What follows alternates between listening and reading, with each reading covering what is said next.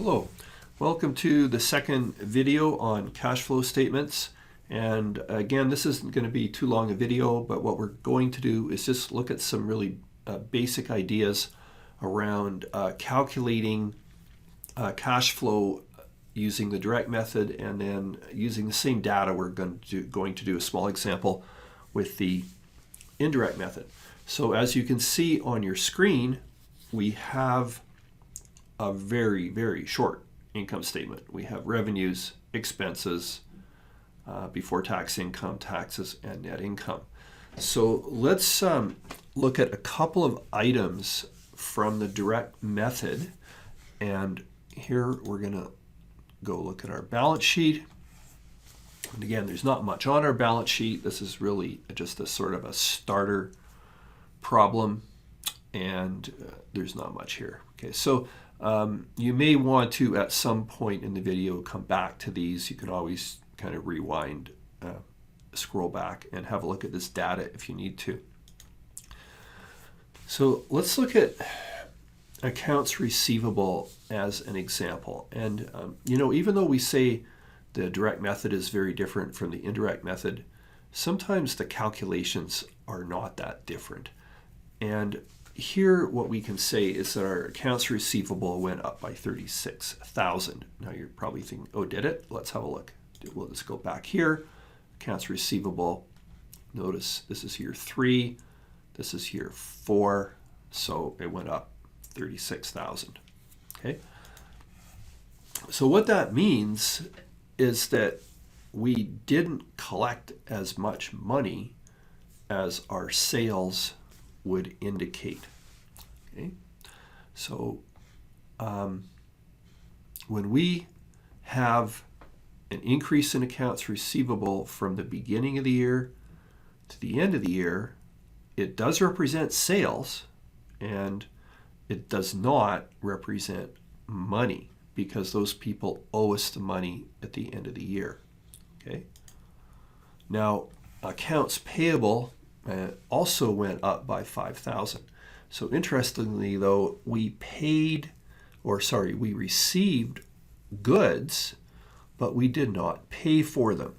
So here is another example where, under the basis of accrual accounting, we have purchased inventory on account, we own it, but we actually didn't pay for it, right? So here's another difference. Now, since we're doing the direct method here, what we're trying to say is simply in a statement, how much did we pay to our suppliers? And in regards to the accounts receivable we looked at just a moment ago, it's like, how much money did our customers give us? Okay, so I'm going to go back to this income statement here for a moment, and just recall accounts receivable went up $36,000. So let's just figure this out. Here's our revenue, $125.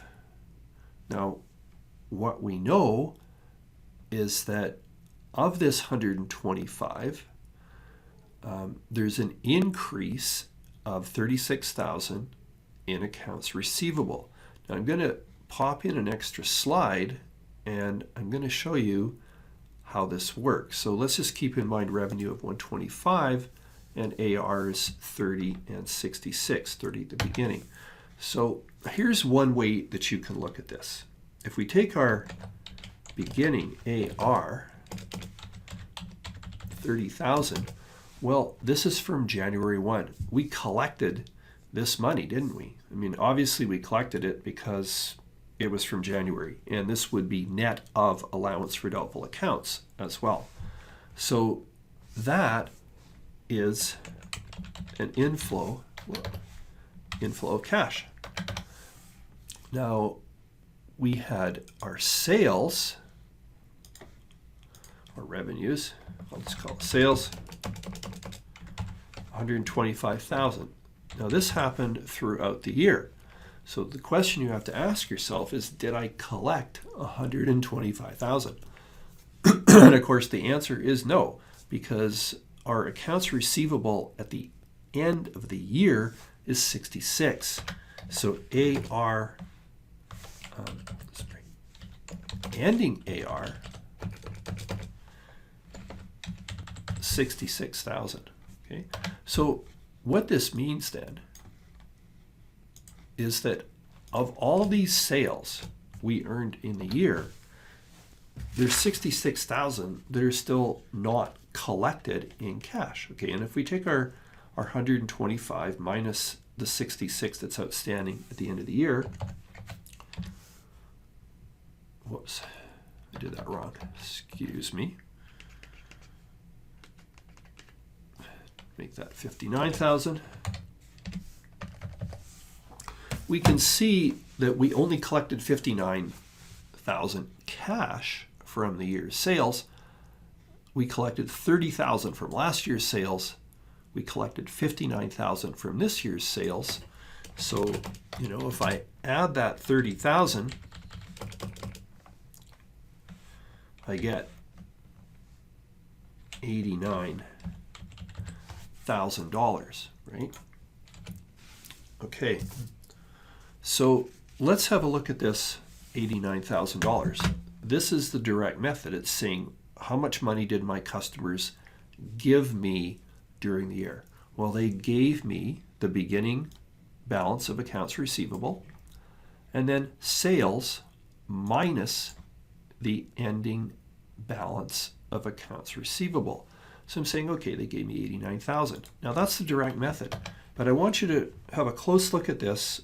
If we were to look at the indirect method, we could still calculate the same amount, because we could say, okay, if we start with net income, recognize that your sales is on the income statement. That is a major, that's the positive number that add in on your income statement. It's part of it, right? So if we take from your income statement the 125,000, and then we say, oh look, accounts receivable went up $36,000 during the year. That's $36,000 I didn't get. So compared to net income, I have $36,000 less. So I'm going to take away that $36,000 from my year's sales, which again is on the income statement. And when you do that, what a surprise. We get 89,000.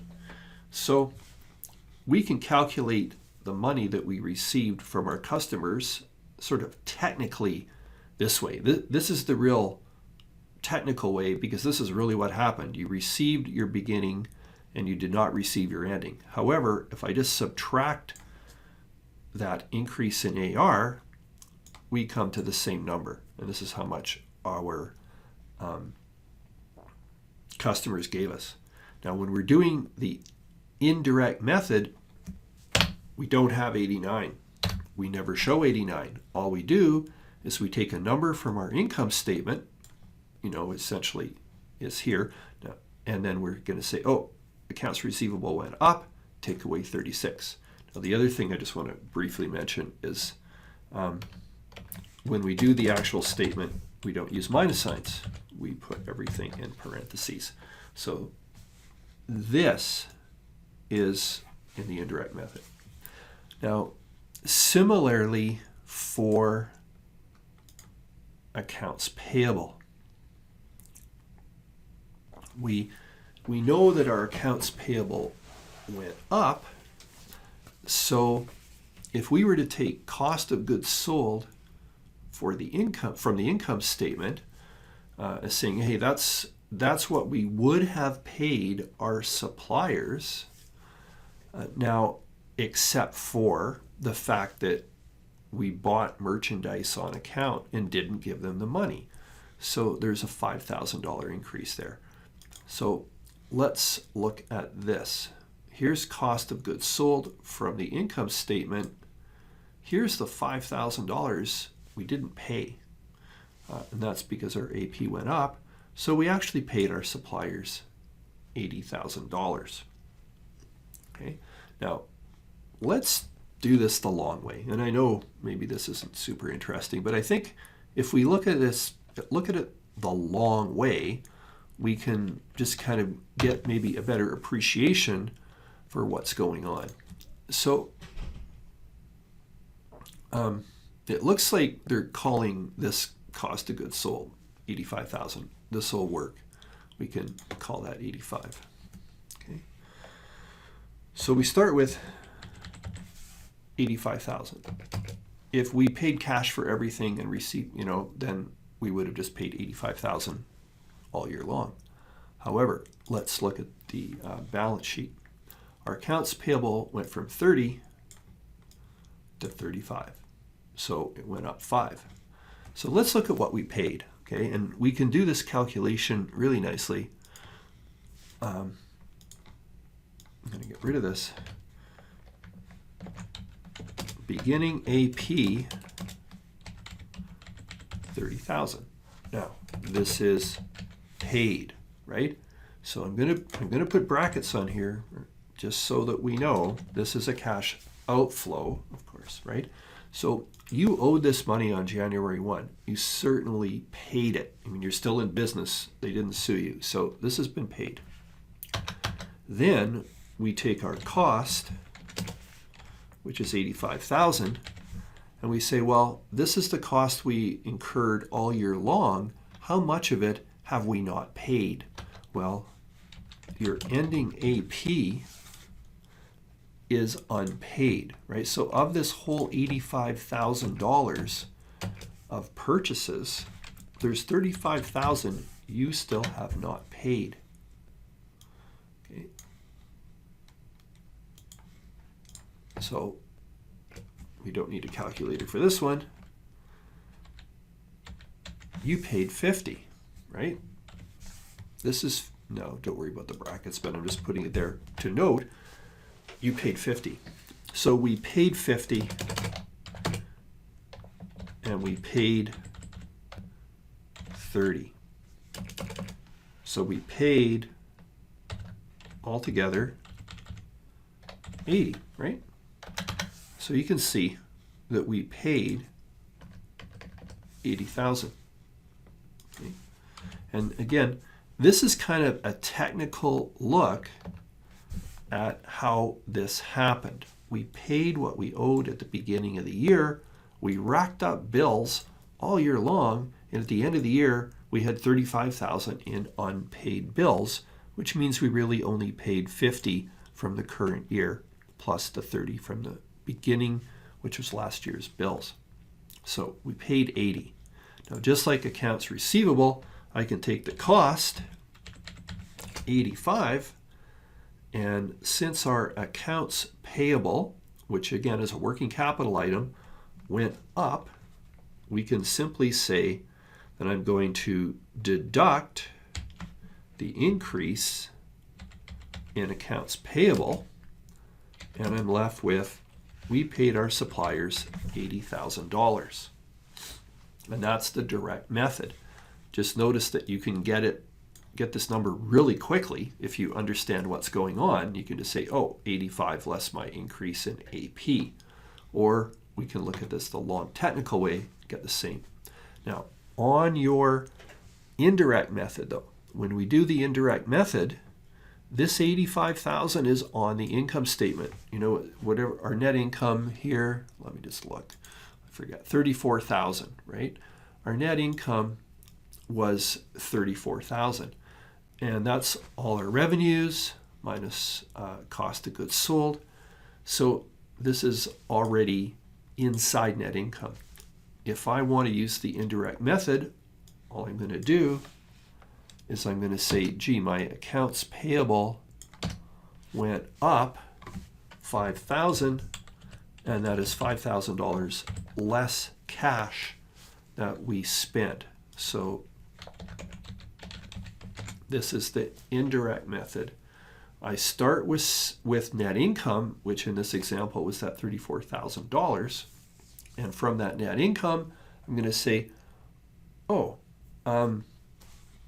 did I do that backwards? Just a sec. My accounts payable went up. Sorry, that's not less cash. Excuse me. It's more cash.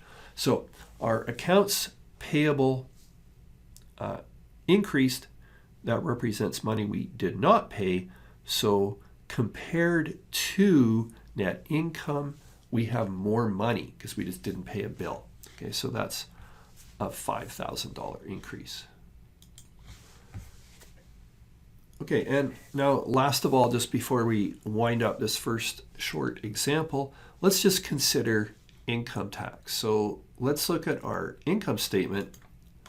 Our income tax expense is $6,000.